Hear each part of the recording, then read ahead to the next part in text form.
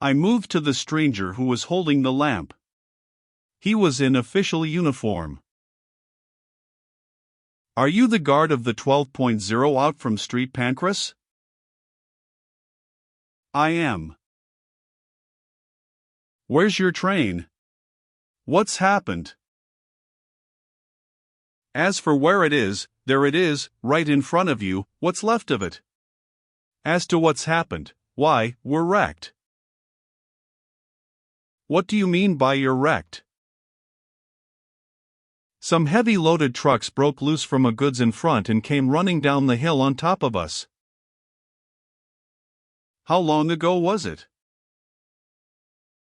Not 10 minutes.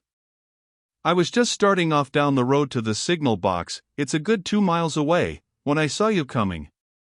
My God! I thought there was going to be another smash.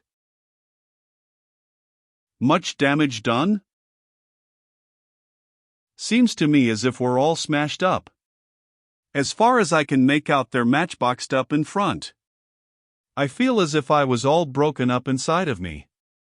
I've been in the service going on for 30 years, and this is the first accident I've been in. It was too dark to see the man's face, but judging from his tone, he was either crying or very near to it. Our guard turned and shouted back to our engine. You'd better go back to the box and let M know.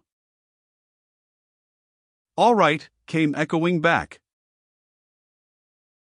The special immediately commenced retreating, whistling continually as it went. All the countryside must have heard the engine shrieking, and all who did hear must have understood that on the line something was seriously wrong.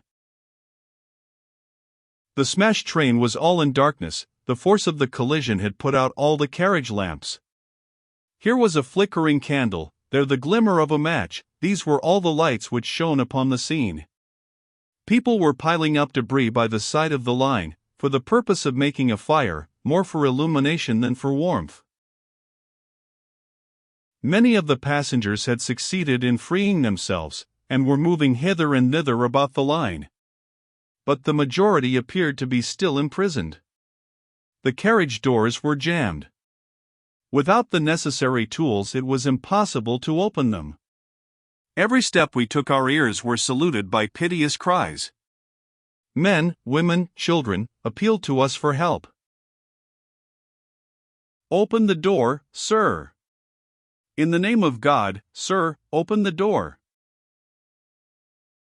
Over and over again, in all sorts of tones, with all degrees of violence, the supplication was repeated. The guards vainly endeavored to appease the, in many cases, half-frenzied creatures. All right, sir. If you'll only wait a minute or two, madam. We can't get the doors open without tools, the special trains just started off to get them. If you'll only have patience, there'll be plenty of help for every one of you directly. You'll be quite safe in there, if you'll only keep still.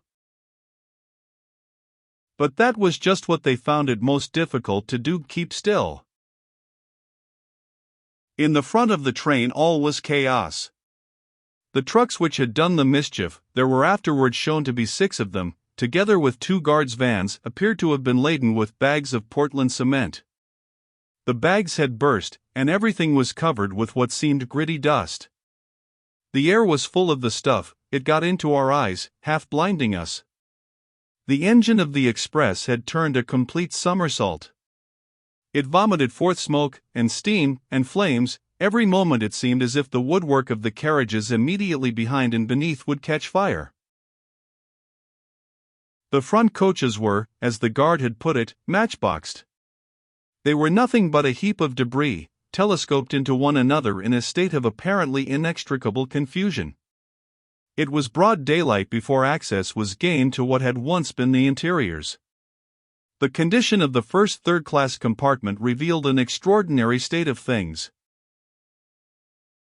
Scattered all over it were pieces of what looked like partially burnt rags, and fragments of silk and linen. I have those fragments now. Experts have assured me that they are actually neither of silk nor linen. but of some material animal rather than vegetable with which they are wholly unacquainted. On the cushions and woodwork, especially on the woodwork of the floor, were huge blotches, stains of some sort. When first noticed they were damp, and gave out a most unpleasant smell. One of the pieces of woodwork is yet in my possession, with the stains still on it. Experts have pronounced upon it too, with the result that opinions are divided. Some maintain that the stain was produced by human blood, which had been subjected to a great heat, and, so to speak, parboiled. Others declare that it is the blood of some wild animal, possibly of some creature of the cat species. Yet others affirm that it is not blood at all, but merely paint.